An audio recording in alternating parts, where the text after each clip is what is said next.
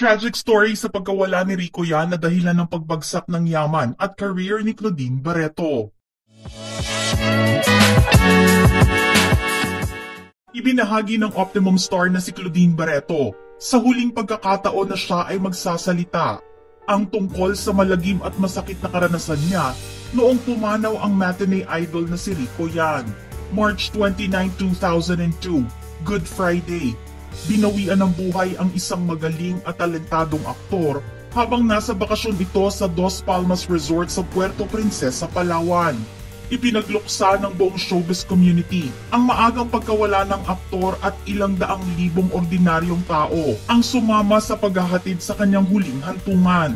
Tila huminto ang oras sa marami lalo na sa kanyang pamilya at mga mahal sa buhay, sa loob at labas ng industriya.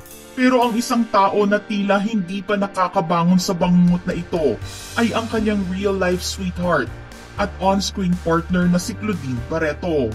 Gustuhin mang ipagluksa ni Claudine ang pagkawala ni Rico, hindi niya ito magawa dahil marami ng tao ang kumastigo sa kanya. Nahusgahan na siya ng malala, kaya naman ginawa na lamang nitong manahimik kahit nasasaktan pa. Makalipas ang 22 years, pumatak muli ang petsang March 29, 2024 sa Good Friday.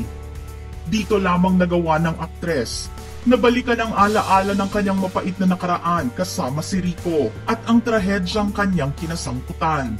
Binuksan muli ni Claudine ang kanyang puso sa isang panayam sa matalik nitong kaibigan na si OG Diaz. Isang tell-all bear-all ang nasabing sit-down video na kanilang ginawa dahil inilabas ni Claudine lahat ng kanyang saloobin at ilang mga kwentong hindi pa naririnig ng publiko sa kahit na anong news outlets. Nangako naman si Claudine na iyon na ang magiging huling beses na siya ay magsasalita tungkol sa pagkawala ng kanyang ex-boyfriend. Hindi na ito magkikwento pang muli kahit kailan tungkol sa buhay nila noon ni Rico. Inamin niya na ilang beses niyang sinabing hindi na siya magsasalita noon at babanggitin pa ang pangalan ni Rico. Subalit hindi niya nagagawa. Pero ang dahilan nito ay gusto lamang niyang maalala ng mga tao ang pangalan ni Rico maging ang mga naitulong nito sa marami at ang naiambag niya sa industriya ng showbiz. Ang paglalahad niya ng kwentong ito ay ang huling niyang pagsasalaysay sa pinagsamahan nilang dalawa ni Rico. Closing an old chapter of her life and opening a new one ang gusto ngang gawin ngayon ni Claudine sa kanyang buhay. Hindi kasi alam ng maraming tao ang hirap na pinagdaanan niya noong malaman niyang wala ng buhay si Rico. Hindi man sila magkasama noong mga panahong iyon, pero nasa isip at puso pa rin niya ang aktor. Hindi rin naman kasi madaling kalimutan ang pinagsamahan nilang dalawa na tumagal ng halos 5 taon. Bukod din naman sa pagiging mag-boyfriend-girlfriend, magkatrabaho rin sila at magka-love team. Nasa rurok nga sila ng kasikatan noon. Ang Rico yan Claudine Barreto tandem ay sinuportahan ng maraming mga tagahanga. Kahit nabuwag ang love team nila matapos ang pagpanaw ni Rico, nariyan pa rin ang kanilang mga fans.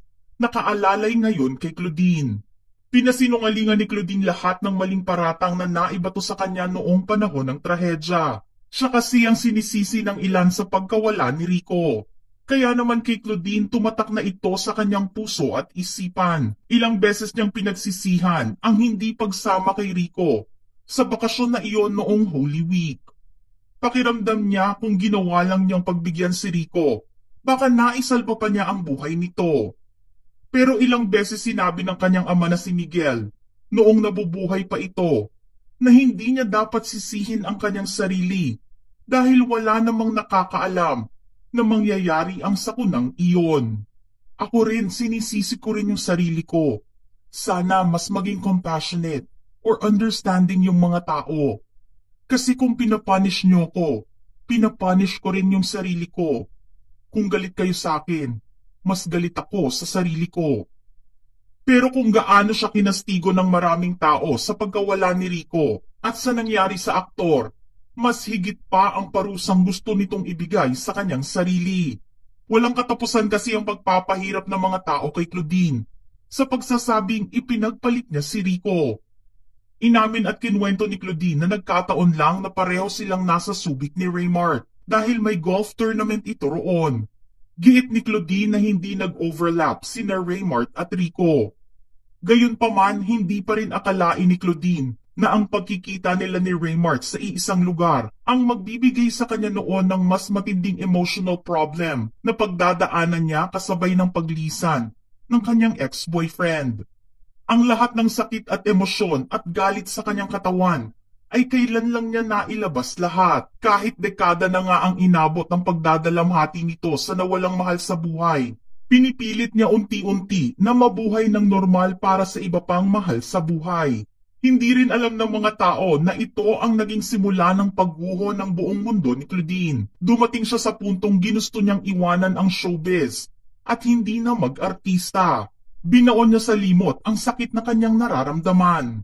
Kaya naman bumalik kaagad siya sa trabaho at naging kayod marino ito. Pero hindi sumapat ang pagiging besi niya para maitago ang pighati sa kanyang puso. Pero hindi niya rin ito nagawa kahit mag-isa na siya. Sa tindi ng kanyang galit sa sarili, walang mailabas na luha si Claudine. Pilitin man siya ng mga tao sa paligid niya, hindi niya mailabas ang lahat ng kanyang nararamdaman.